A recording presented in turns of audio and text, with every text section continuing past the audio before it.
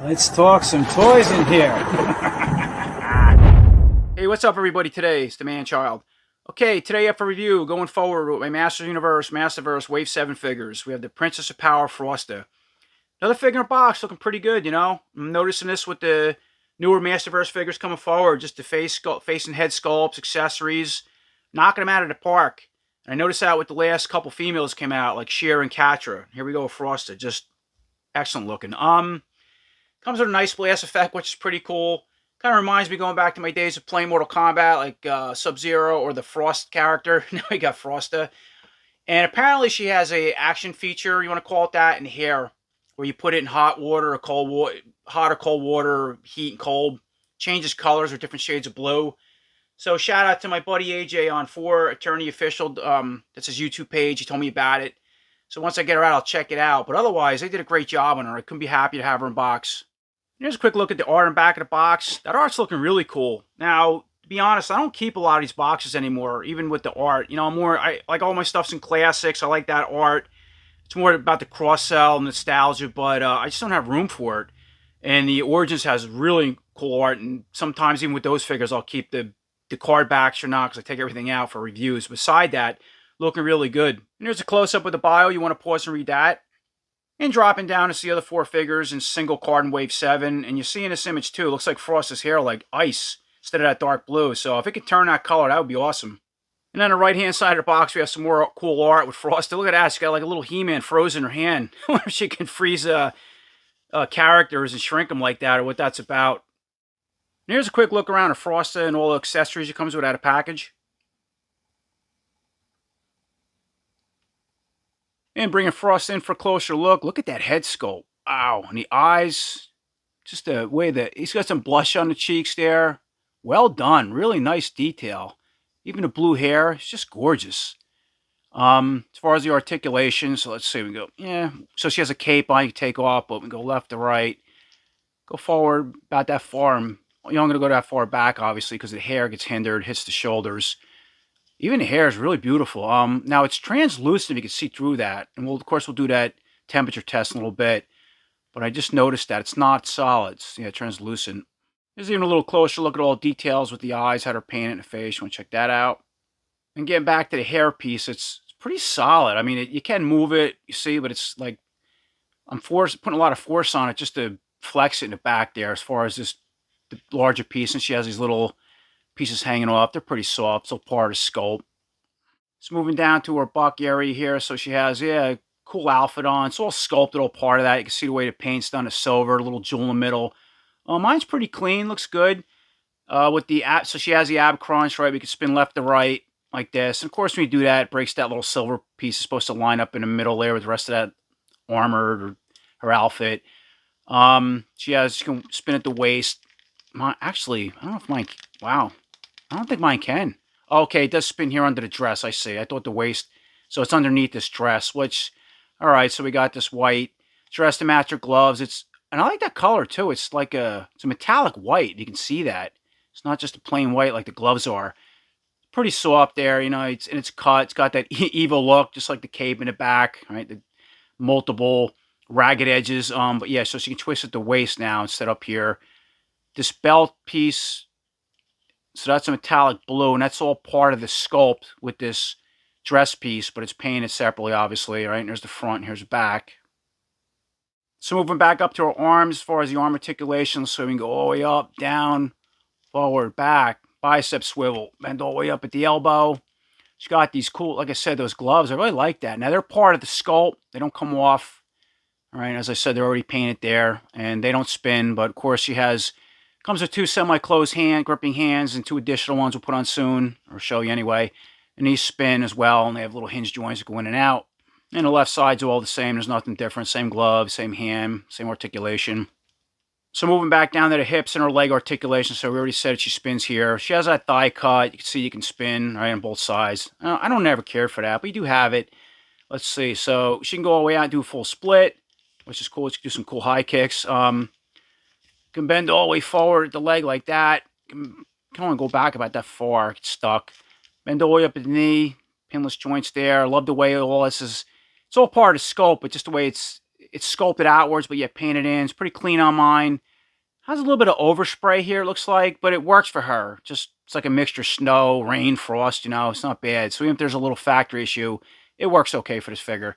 Moving down too, she has a cut in the boot there, part, the leg, the boot, and then just a regular boot there too. So you see, has hinge joint go all the way down, up. Can sound like a little swivel joint, can rock side to side. You know, the legs are all the same, forward, bend at the knee, right? Spin at the boot, foot. So going back up to the head or the cape piece, let's check that out. So it's, yeah, it gets twisted up easy, but if you move the hair out and open it up, really nice fabric.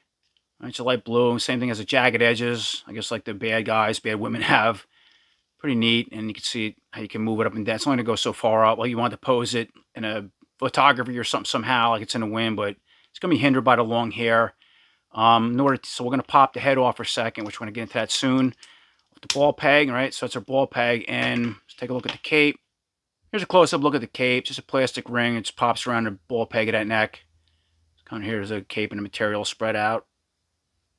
And here's a quick look at Frosta without the cape on. So put the head back on, obviously, if you didn't want to use it. Check that out. See what she looks like without it, if you didn't like it.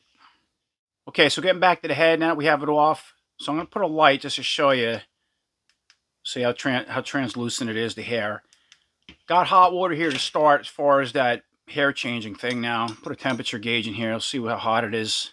I don't know if this is important or not, but just curious. Got to be close to 100 degrees. Getting to 110. All right. Good enough. Now let's put the head in the 110 degree water and see what it does. Put it in for about, I don't know, a minute or so, and we'll come back to it. Okay, so having her head in that hot 110 degree water, about a minute and a half now. This is the color it changed to. Yeah, I guess it did change a little bit. Pretty cool. So I'm going to dump this water, dry it off, and get ice water, and we'll try that. All right, so I got some ice water, right? Cold water on my fridge plus ice cubes. Why not? And this is the color we have on the head right now. So let's put this in the ice water for a minute and a half, 2 minutes, and see what that does. All right, so I'm taking this head now back out of the ice water. It's been sitting in there for almost 5 minutes because I got a phone call and got involved. All right, so it's a dark color again. Yeah, I guess it's different in the hot water. Looks very similar to what I got out of the package, I think. Maybe it varies head to head, or maybe it could have been in the hot water longer. So yeah, it did change colors. It's all right, I guess. Looks pretty cool. That's pretty much my test with hot and cold water. Okay, so moving on to Frosta's accessories. We get a pair of open hands. I guess these are for the ice blast. So let's put them on, see what that looks like. So we'll pop this hand on that side. Snap that peg in like so. And we'll take the left hand out. Put the right side in. These are pretty tight to put in too. Let's see, so they can spin, right? And you have hinge joints that go in and out. Okay, and we got the ice or spell casting hands on, I'll call it. Or open hands, so check that out. Looks like she's casting some spells or ice. So for her other accessories, she gets that cool ice blast effect. Sort of translucent, like up at the top, but then it has like ice and snow covered up, or paint up front. It's pretty cool they did that, and you can see pretty hard, and I'm assuming those open hands go inside there. So let's try that out. Yeah, we're just going to position on one of the open hands. I don't think it matters which side, as long as it's the open ones, not the closed. All right, we have Frosta throwing her ice blast attack. Yeah, it'd be cool if she had two of them, or you can get two figures and just use one with the solid hands with the other weapon, have two ice blast attacks, you know, being that you have two open hands with the purposes, it seems like. And for her final accessory, she gets this ice wand staff. Yeah, it's just a solid white plastic piece. It's nice. It's a hard plastic. I like that. It's like not gummy where it's going to warp. You got this spinning icicle thing up top, translucent. See that? Here's a closer look at that ice piece. Okay, and of course you have to put one of the closed gripping hands back on. So we'll start with the left side, slide the wand down like that. And here's a quick look at our ice wand in the left hand. I have the ice blast still in the right hand with the open hand in. And I did kick the elbow back so you can hip fire it if you want to. Check that out. Looks pretty cool. And I did have to put on a figure stand like a lot of figures. Maybe just moving her, but mine's having a hard time standing like that. So, all right. And then I changed the other semi-gripping hand back out on the right side. And I used the, put both hands on the staff, so she's holding it like that and attack. And I think the concept was that this ice piece would spin, kind of generate its own freezing ice powers instead of an ice blast. So it's pretty cool. You could do that. So you want to check that out. Just switching things up real quick. So obviously I put the ice staff in the right hand, holding it overhead. But you can also use the ice blast with the closed fist. It does work in there. I actually think it holds it better in the open hands. Seems tighter. Here's a quick look at my classics card at Frosta. You want to see kind of where I would say this Masterverse inspiration sort of came from. Probably the Filmation too. But you want to check that out. And I mean, she's really pretty. Larger eyes, but I like this face a little better. I got to be honest. It's just more feminine looking for Frosta. Has more of a witch look, which works good for the classics. You can see they have a different ice wand in her. She came with a shield. A little better detail in the dress on the classics and stuff like that. The cape is plastic on the classics, where hers is cloth. And the heads probably wouldn't work. They're totally different pegs with female classics versus Masterverse, because I tried them. And for a real quick size comparison, I brought in a new Masterverse, new Attorney Too Bad against our Frosta, because we got this oversized double-headed male character and now our Masterverse female character. So you can kind of see those two together. Here's also another get-together, a size comparison with the other couple of Wave 7 figures I already reviewed, which were really cool. We got Roboto, new Attorney Stratos, and of course our Frosta. So we check all those figures out together. And for one more comparison, have a little fun, I have our Frosta next to our Storm Collectibles Mortal Kombat 2 Sub-Zero. Now she can be part of the Lin Kuei clan. And I actually used Sub-Zero's Ice Blast and just stuck it in the grip of her hand. Now, you had to put different hands on him to hold that. He came with like 10, 12 different hands, but I want to check that out. It looks pretty cool and works.